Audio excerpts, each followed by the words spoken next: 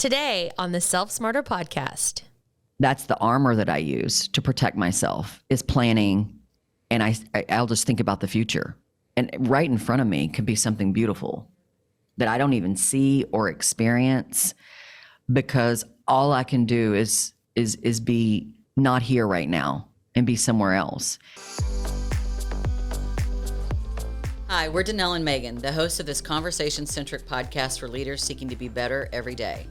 Whether you choose to be a leader in the workplace, at home, or in your community, we believe the most effective leaders are equipped to not only be self-starters, but self-smarter.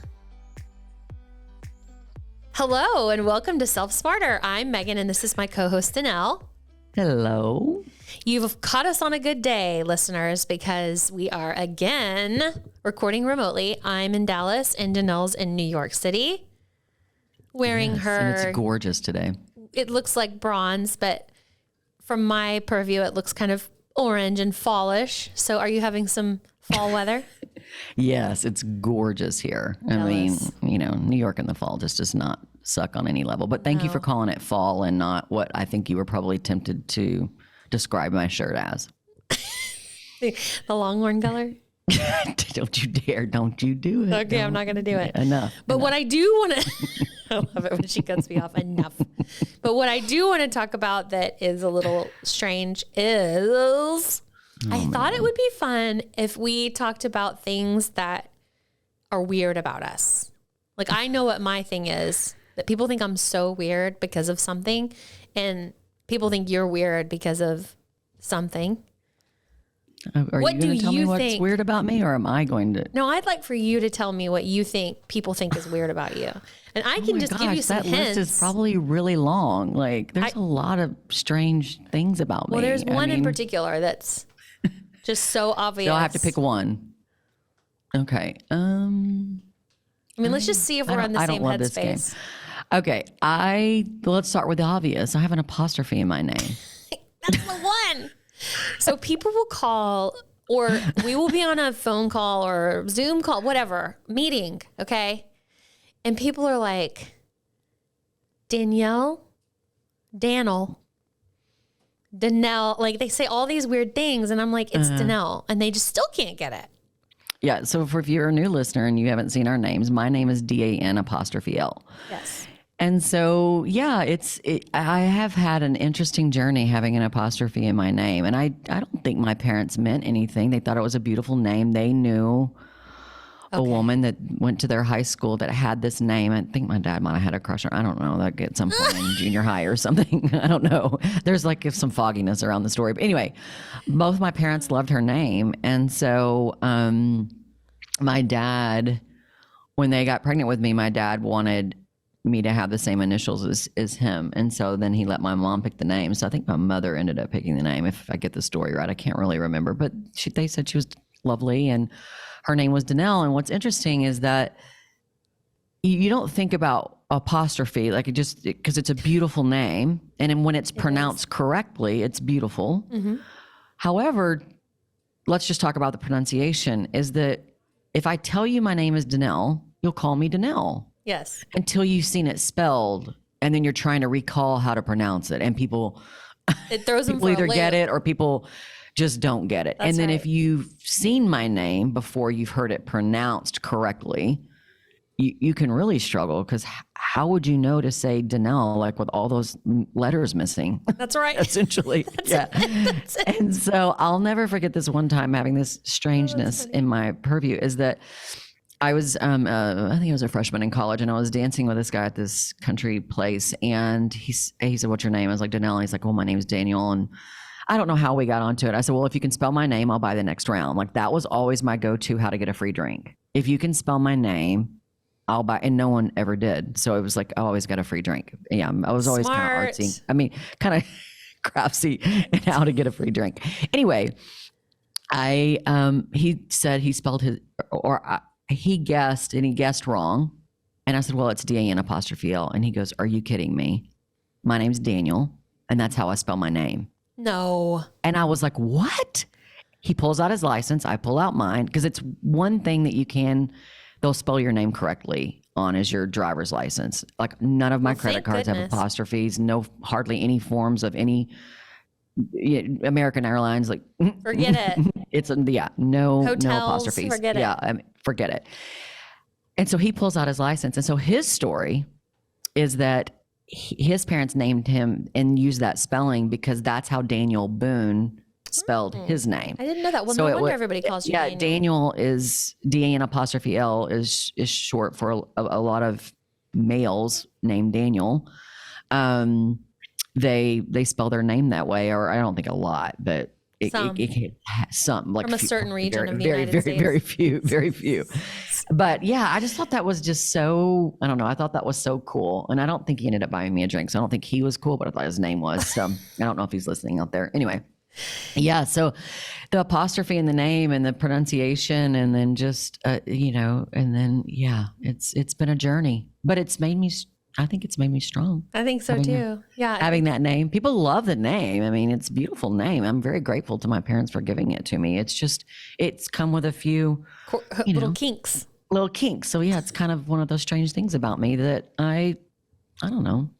I know that to be true, but in my mind, it's like not strange, but it is kind of odd. Well, I think yours is way more normal than mine. Like what makes me weird. Let's go for it. I can't wait to hear this. I know. Well, seriously, you can't control yours. I probably could control mine. Like if I really tried hard, I could probably control it. But I think whenever I can stop traffic in terms of like show stopping news at a party, or like right now I'm on this podcast and I'm about to say it out loud. But I believe in ghosts. Oh my God. I guess I could have guessed that. Like that was a version of that was coming. It's I had just a little never something else in mind. Yeah, it's just never an easy time to weave that into talk a conversation. About your affinity for ghosts. No, it's not. I don't have an affinity. I'm afraid of them. Like I want the them way away to not from be me. is to not believe in them. No. Okay. Well, here's a story. So when I was young, and I hear this a lot now. Now I'm hearing all these stories of people coming out that are ghost believers because when they were children, they had experiences. My cousin and I together, and will still to this day recount the conversation or what happened with the experience in different rooms. We'll tell you the same story. We were at my grandfather's farm. We were sleeping in a room where an elderly woman had passed. She was not blood related to me, but she was an elder of mine. She was old. Okay. And she passed in this room. And she had this rocker at the end of the bed that she would sit in all the time. This is just already creepy. It's so creepy. It's so bad. But it's almost Halloween. This will be our Halloween episode. Yeah. So this makes sense. Okay. I think I was like 7. Definitely wasn't like 10. I wasn't that old, but I was younger. And my cousin was 4 years younger than me, is 4 years younger than me. So what? She was 3. Mm-hmm. And she tapped my nose in the middle of the night. We were in this sleeping together in this room, and she tapped my nose, and I opened my eyes, and she's pointing to the end of the bed. And I remember opening my eyes and looking at the end of the bed, and there was this woman rocking in that chair. So my cousin woke me up. So your cousin can see dead people, is that? Yeah. And now you can't. And now I can't too. Goodness gracious. Yes. I have this story, and it is everybody. I think they like me. I think people generally like me. Of course. And then love you. when I let this loose, like when I send this out into the universe, they're like, oh, look at you. If somebody doesn't like you after that story, then something's wrong with them. However, it could cast doubt. I'm just saying it could cast doubt. So be careful with whom you share that with. Okay. Well, I just shared it with all the your universe. truths are you can share them with me. Yes. Well. And now with all of our listeners. So and we are all embracing you and your ghost stories. Yeah, but I mean, like my friends like that sounds creepy. Like I don't know how you would make that up, but I can't do make know it up. that children She can't have either. imaginations. We can't. But my friends have they use this against me. They use this knowledge against me. My bachelorette party was hosted at a haunted mansion in New Orleans, which was just like the most haunted place in the United States. Evidently, we had experiences there. Anyway, I'm just saying, and they make fun of me, and they've had experiences. So I'm just Oh saying. my goodness. It's weird. It sounds like maybe you should jump into one of my therapy sessions. It sounds like you have some unresolved issues. I think I will. Speaking Well, of, you love her. I do love her. And speaking of, that's what we're going to talk about right after this commercial. As a social media professional at DMA, I'd be in a tough spot if I didn't have a design guide to help me guide when I'm planning content on a weekly basis for my clients. Just last year, we had a revelation that was a total game changer for the social media team at DMA with the invention of our social media design guides. Our team of professional social media marketers and creative designers will work together on your behalf to bring a beautiful guide together to give you a designated color palette, specific fonts, imagery, lighting, and even graphic designs of social media content that will help you grab the attention of eager people on social media. I use it every day in my role and feel equipped and up to the task while representing the brand that I'm leading in the best way possible. This is a great and affordable way for businesses to streamline their flow of social media content and stay on brand. To learn more, contact me, Jordan, at info@dma-solutions.com, and Jesse and I will set up a call to get your social media on the way to success. So, Janelle, you mentioned chatting with your doctor. That we lovingly call Doc. We just call her Doc. We call her Doc. And we recently did talk to Doc. I got to talk to Doc. You brought me into the fold because we were preparing for sort of a moment on stage, and you knew I needed therapy. And you were like, I want Doc to be here to pump us up. I did not know you needed therapy. I did not think that. I thought we both needed a pep talk. Pep talk. Yeah, it was perfect. And she's real good about that, about helping. I mean, she's helping with a lot of things in my life, but she's also really good at helping you get your mind in a place where you can literally face a fear or a challenge and win. Well, so I knew that we both could benefit from that. Well, here's what she did. And me being the person I am, an Enneagram 9, somebody might say something and it sticks and I can't get it. It does not go anywhere. It's like a cloud that hangs over my head, and it's just those words are in the cloud. Well, she said something during that session before we went on stage that freaked me out. She said, can you say that? Can you repeat that sentence now in the present tense? You must stay in the present in your mind. I was like, what? Wait, all these years, I'm either talking about ing is the trick. I am talking to 200 women. I am on a podcast versus talking historically. Correct. Or talking futuristically. She was like, half the battle with mental health, emotional health is just accepting what's happening to you in the present tense. Correct. Yeah, she has to tell me that every session. But yes. Well, I've not been able to let it go. And so now all I think about is, now I'm talking historically, but I try to think about how I could reposition a statement, whether I'm speaking to someone else or working on something in the present tense, to make sure that I'm giving the present my effort. Is that the way that she explained it was we spend so much time in the history, or we spend so much time projecting what hasn't even happened yet that we miss out on the actual good stuff, which is right now. Right now. Yeah. And so and again, she's taught me a lot about this. And just for reference, each Enneagram type, you either live in the past, you live in the present, or you live in the future. And most people, even though there's 3 numbers and I forget who's oriented at what, but I definitely know that Meg is a 9, and they live in the past. And they reflect about what has happened. And that's where they can ruminate, where the monkey brain just kicks in. And so 9s live in the past. Well, the interesting thing is that 7s live in the future. And I live so far into the future. And one of my girlfriends gave me this word, and my doctor says it's a good way to think about it, is that it's called future tripping. And it's called tripping for a reason, because when you live in the past, that's done. When you live in the future, you're basically living most of the time, especially if you're ruminating and you're anxious about something, you're living in fear a lot. That doesn't mean that you're not courageous and taking steps forward, but you're living in a false reality. And what Meg, your point is that what we can miss, and I'm learning to do this, is a big part of my journey right now, is learning how to be present in the moment. And like we talked about on episode 34, and I think this is episode 36 that we're recording now, is that's the armor that I use to protect myself, is planning. And I'll just think about the future. And right in front of me could be something beautiful that I don't even see or experience, because all I can do is be not here right now and be somewhere else. And I just think that that's what's interesting. And I loved that you teed up this particular topic for a podcast, because it doesn't matter what number you are. People in general have a hard time being present today. We have too many distractions, so many distractions.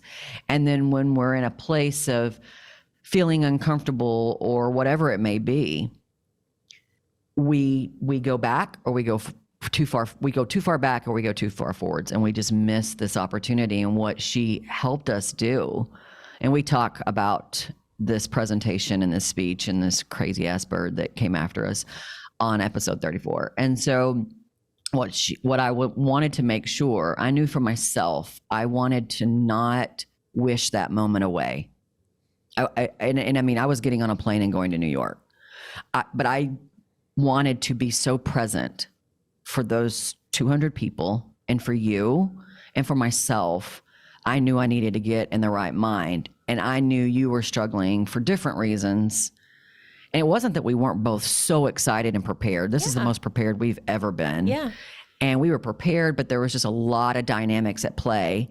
And so we just, she came in literally to help us just own the moment, own the present. And it seems so simple, but I think listeners, if you're picking up what we're putting down here, you can most likely empathize and sympathize with that struggle, because that struggle is so real. It is. So that's why we wanted to talk about it today. Yeah. In fact, when you were on that stage, I kind of called you out, and because you told me recently that you would even, you've been on vacation and been planning future things. Can you talk about that just for a second? Yeah, I mean, my daughter's the one that pointed it out. It's like we'll be on a beach in the most gorgeous place in the world, and I will literally be there, like working on the in my mind, or physically on not a laptop, but an iPad. I don't even carry a laptop anymore, but an iPad,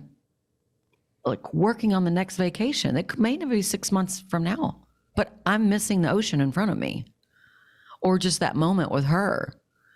And if I go unchecked, I don't even realize I'm doing it. Like, it's so natural for me to live in the next moment. And so that's part of my discipline in this phase of what I'm really trying to do, which what I'm finding when I do it, everything slows down. Yeah. And I think part of my struggle that we talk about on episode 34 was I was so accustomed to running at a pace that was a full out sprint, that when my responsibilities changed and just these identities and just this, again, just all of it mixed in, it was too slow. Right. So what would that make me want to do? Go faster. Right. Right. And I know people are, maybe not everyone experiences things in that light, but yeah, for me, just to go back to your question, or what you asked me to talk about, is, I'll be on vacation planning something else. And so in the moment, I have to almost gear myself up. Like, you're about to sit down at a performance, a musical performance. Own it. Like, don't think about what's going to happen next. Just let it come to you. That's so interesting. And it sounds kind of hokey. And now that I say it out loud, it sounds a little bit hokey. But I think a lot of people are that way, though. Well, because we're distracted by our phones. We're completely distracted by these phones. And, the dilemma around the dinner table, the dilemma around conversation. And I think COVID did a whole nother trick on us. Yeah. And I think that it's something that we all struggle with. And she gives me, in our sessions, she gives me so much context around it from a science perspective of why it is that we do these things. And most of it is unconsciously, but a lot of it, you know, is, or subconsciously, I guess. I get them mixed up. But anyway, yeah, it's fascinating. And what I'm feeling is such great, what's the right word? Relief, maybe? Or I'm proud of myself when I can do it.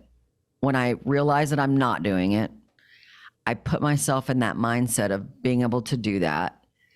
What I'm taking away is just more meaning. Right. Things just mean more to me. Sure. The sunset, the water. Well, yeah. And the conversation with Mackie. Yeah. Yeah. Or that event that we talk about on episode 35 that I went to. And, you know, maybe some of our listeners thought that was kind of hokey or whatever. But because I was present, I experienced something different than I think because I was open to it. And I was in that moment. I wasn't trying to, I don't know, plan the next thing of when is this show going to come back on? Like I wasn't thinking like that. So it's just interesting. One of the tricks with balance and trying to find balance in life, which we know is bullshit, but it's still talked about and people bring it up to me a lot here at work. And so I think you told me this a long time ago. So it's really interesting that this is something that you personally struggle with. I do too. I think partly because I'm ADHD and who knows what else.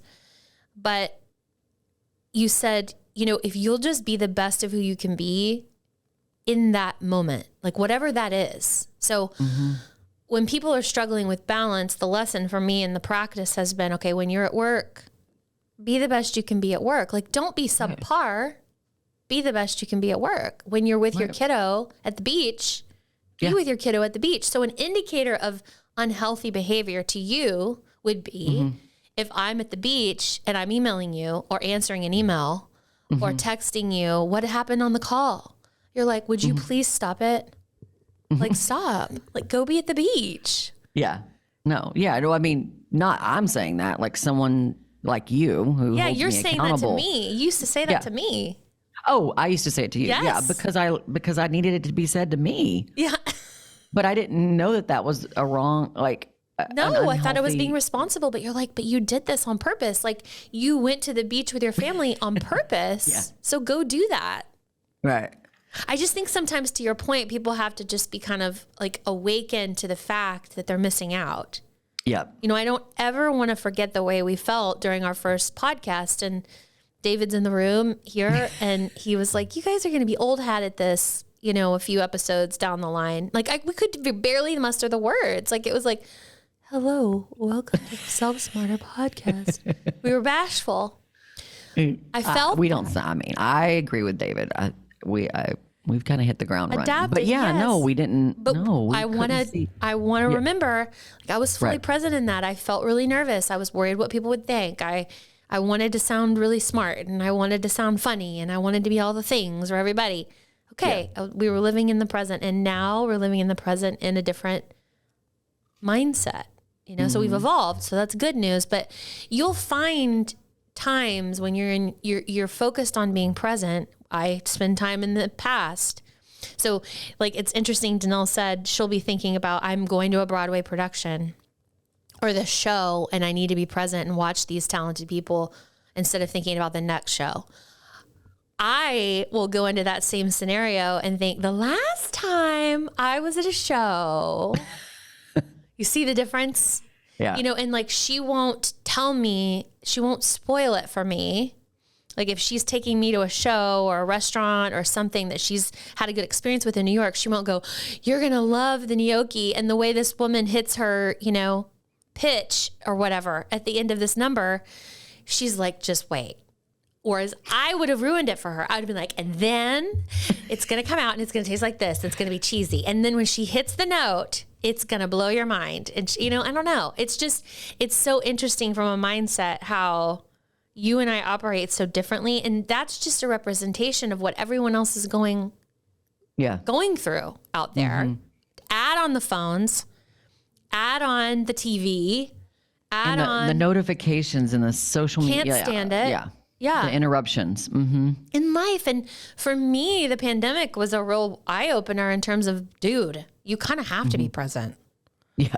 Like there is no getting away, it was a level set, which is why, it was like, things are never going to be the way they were. So for someone who looks backwards, I thought about that. Things are never going to be the way they were ever again. But the lesson is, man, I probably ought to open my eyes a little bit more to some of these everyday things and these moments in life. Yeah, and there's nothing wrong with reflection. That's where we learn our lessons. So reflection is good. So looking back is not a bad thing. When you stay there, that's where you get tripped up. And planning for the future and thinking about the future. I mean, can be a great thing. And it's probably recommended in many, many scenarios. But if that's just where you stay all the time, we're just missing. And what we wanted to do is kind of have this casual conversation around this subject matter that is honestly providing a lot of enlightenment for both of us in this stage. And so we wanted to, have a kind of a short episode about it because it's a lot of the work. It's interesting. I mean, you have to identify within yourself, where do I spend a lot of my mind time? So if we call it mind time, like where do I spend a lot of time thinking? Am I just constantly rehashing something that's happened in the past? And for me, I can do both, believe me. Depends on what version it is. But then, or am I spending so much time thinking about the future? Again, we're missing the important middle. So that's, again, it's a simple notion. It is. However, I challenge all of the listeners, like I said, to really reflect on where you spend your time and then try to just be conscious of it and just make those almost just those simple decisions, really, choices to shift the mindset to where you're like, wait a minute, I'm going to consciously put my phone away. I know that's just an easy example.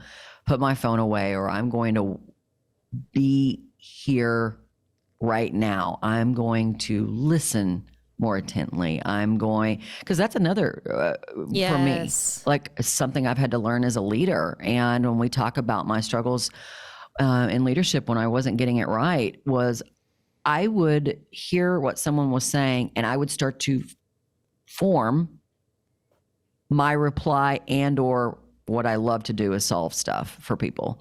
So I would come up with a solution before the person's even finished getting out. I wouldn't lead with a question. And so again, these are just examples of how it can play out depending on how you're wired. And for me, it's always the next. And so I still struggle with versions of that. And I work on it all the time is, wait a minute, let them finish, listen to what they have to say. And when I do it, what's interesting is that I don't go to solutions or reply. I go to question. Mm-hmm. I really do. Like when I'm in health in a conversation, and again, I'm talking this more in the business environment. When it's personal, it can be all over the place, but you go investigative. Yes. Yeah, I do. Mm-hmm. And we know that 7's good to 5. Yeah. And so, and growth. And so give me the data. Anyway, it's fascinating. And then for me, what's happening for me is that now I feel like I've been I've been trained with these mind tricks that help me be able to see it. And then now help me to be able to reverse it almost and to be healthier with it. So I love it. Yeah. I pulled this quote because, I think I heard it somewhere. I don't know if it was a show I'm watching or a podcast, but I heard this quote and it resonated with me for this topic. So I wanted to pull it out here and just mention Winnie the Pooh. This quote is, "What day is it?" "It's today," squeaked Piglet. "My favorite day," said Pooh. Oh. So that. He's living in the present moment. It doesn't matter if, what's going on. It's today is my favorite day. If we all thought about that, this moment is my favorite moment, maybe we would have no regrets. Yeah. Yeah. Right? Yeah. No, I think that captures it beautifully. Okay. I know this is a short episode. This is a high level topic, and you know what? We're probably going to do more of this in the future because there's going to be some episodes where we're going to dig deep, and there's going to be some episodes where we're just going to touch the surface. What we'd love to do is capture your input, listeners, on do you find yourself living in the present time? Do you find yourself jumping forward, going backward? And Danelle, if you have any thoughts about this, any advice, any closing thoughts before we move on to music moment, I think that would be perfect. I hope that we've already kind of, we've touched on it. It's about wanting to really make every moment matter more. And I think we can put almost a matter scale on moments. I know I'm super guilty of that. And I say guilty. I mean, I struggle with, this moment is not, this moment is not as important as the next moment where I'm going to be doing something that's just obviously grand. Well, why isn't the morning that's slow and, and coffee and I have a chance to walk outside, like, why isn't that just as important as, the thing or the event? Yeah. And I'm having to learn that. And I think I see it more and more now in people and in relationships that I have, that especially because it's something I'm trying to do better with in the future. So it's, again, I don't think we should put a scale on moments because they do all matter. And if you're in any kind of consciousness around progress and better every day, that's what we talk about as one of our core values. And we have a podcast called Self Smarter. Well, you can't fully be in awareness and in those modes without owning all the moments. And some of those moments aren't fun. And some of those moments there could be, feelings in, and I've felt kind of lonely here already, 2 weeks, 3 weeks in. And I have to own that. And I have to say, wait a minute, this is a great time for you to do this and sit in that emotion. And my doctor calls it like just invite that emotion to come sit with you. And so there's a lot of time where I'm like, hey, lonely, how you doing? Let's talk about that. And, and it's silly, but she's like, we had to practice this because she's like, no, I need you to say it. I was like, what do you mean?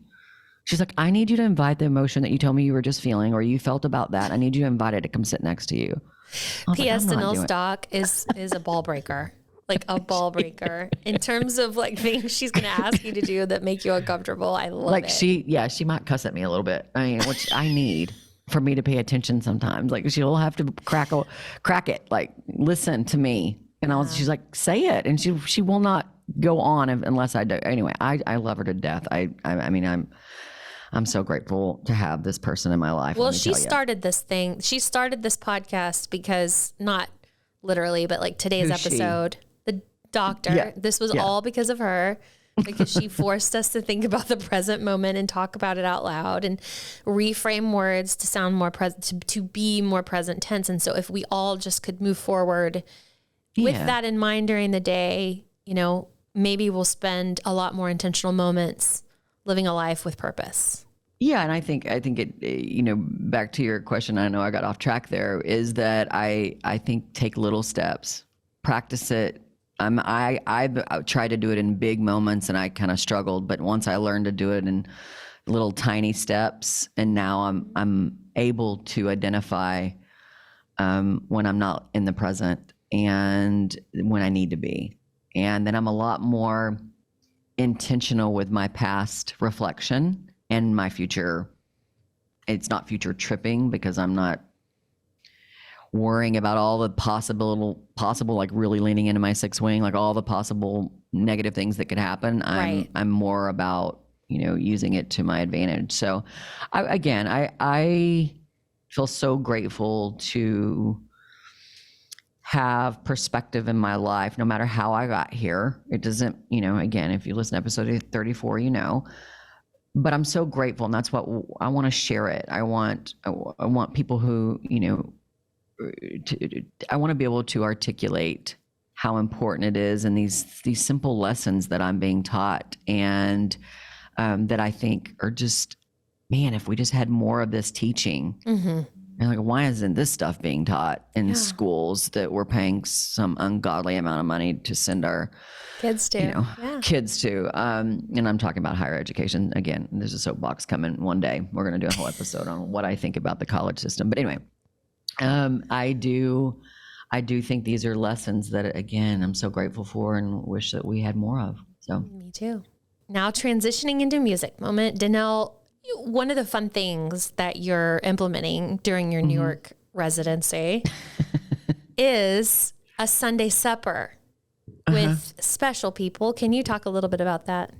Yeah. So Mac and I had this idea. Well, again, Mac and I are working on healthy boundaries with me being here in New York. And I think both of us working really hard and to make sure that we are respectful to one another, and we don't use proximity to our detriment. So we were talking about, I was like, well, I would love, because I enjoy meeting her friends. Her friends luckily enjoy spending time with me. And so they're a bunch of talented kids. I mean, they're not kids, they're young adults. Yeah. Talented. They all went to and this is the NYU, group, right? Yeah. Most of them went to NYU. Yeah. And so they are performers. Yes. And I'm thinking, and they eat on a budget. Right. And so I'm thinking, well, what if I make them supper, which we call them, dinner is to a lot of you is supper in the South. So I love a good Sunday supper. And so I thought, well, I'll just cook for these kids and they can come sing. And Mackie's like, yeah, we'll call it Sing for Your Sunday Supper. So we had our first one this week, and it was so amazing. And maybe I did share one of Mackie, but I didn't get permission from the others, but I'm going to do that going forward. So if you follow me on social, you can expect on Sundays or Mondays, depending on when I post, to just see, again, if they give me permission, I'm going to share these talents. This is just no warm up, just kids singing. Belting it out. We had one gentleman bring 2 original scores that he's written, 3 original songs. And he's like, can I try these out? Oh my. And I'm sitting here going, wow. That's next and level I'm in karaoke. shock. Yeah, I'm in shock. So by the way, if you're in New York this fall or winter and you're here on a Sunday, you might want to invite yourself over, because there's some magical things happening. And I think, and it's filling my tank, and it's helping me be very present. Believe me, I have no problem being present while this is happening. And I might need some help with some cooking. So yes, well, I'm in. You're all invited. I'm in. Absolutely. But yeah, it's a special music moment that's happening on Sundays here while I'm in New York. So I'm excited. Yeah. And to your point, you're recognizing that these young adults are in their 20s and they're, living in New York City and trying to make it on Broadway, trying to make it in entertainment. And you know what? Let's just be with each other and just celebrate one another in this way. I love it. I love it. And I love it that they're showing up and they know their Enneagram numbers, because Mackie's probably like, if you don't, when you walk in the door, check in with the Enneagram assistant. She will take your number and then you will eat. Then we will sing. Yes. Anyway, it's special. So thank you for asking me about it, because it's warming my heart, and I hope to share some amazing talent with you all. Well, I'm going to be a part of it when I'm there next weekend, hopefully. You are. And I will cook and sing and be the Enneagram assistant. So I'm volunteering for all of it. Yay. Yay. Good. Mackie's going to love it. Thank you all for listening. Thank you for just being with us here today in the present. We very much appreciate it. And until next week, we send you into the week with grateful hearts. Goodbye, everyone. As always, you can connect with us on Instagram and Facebook at Self Smarter Podcast. You can also leave a rating or review if you enjoyed what you heard today. Not only does this mean so much to us, but it also helps other leaders and future leaders find our community. Thank you for taking time out of your day to join us in becoming self-smarter. This podcast is produced by Snacks Media, and music is from a free platform. Well, that is until Brandy Carlisle reaches out to us to write the original score for our podcast. Friends, have a great rest of your day.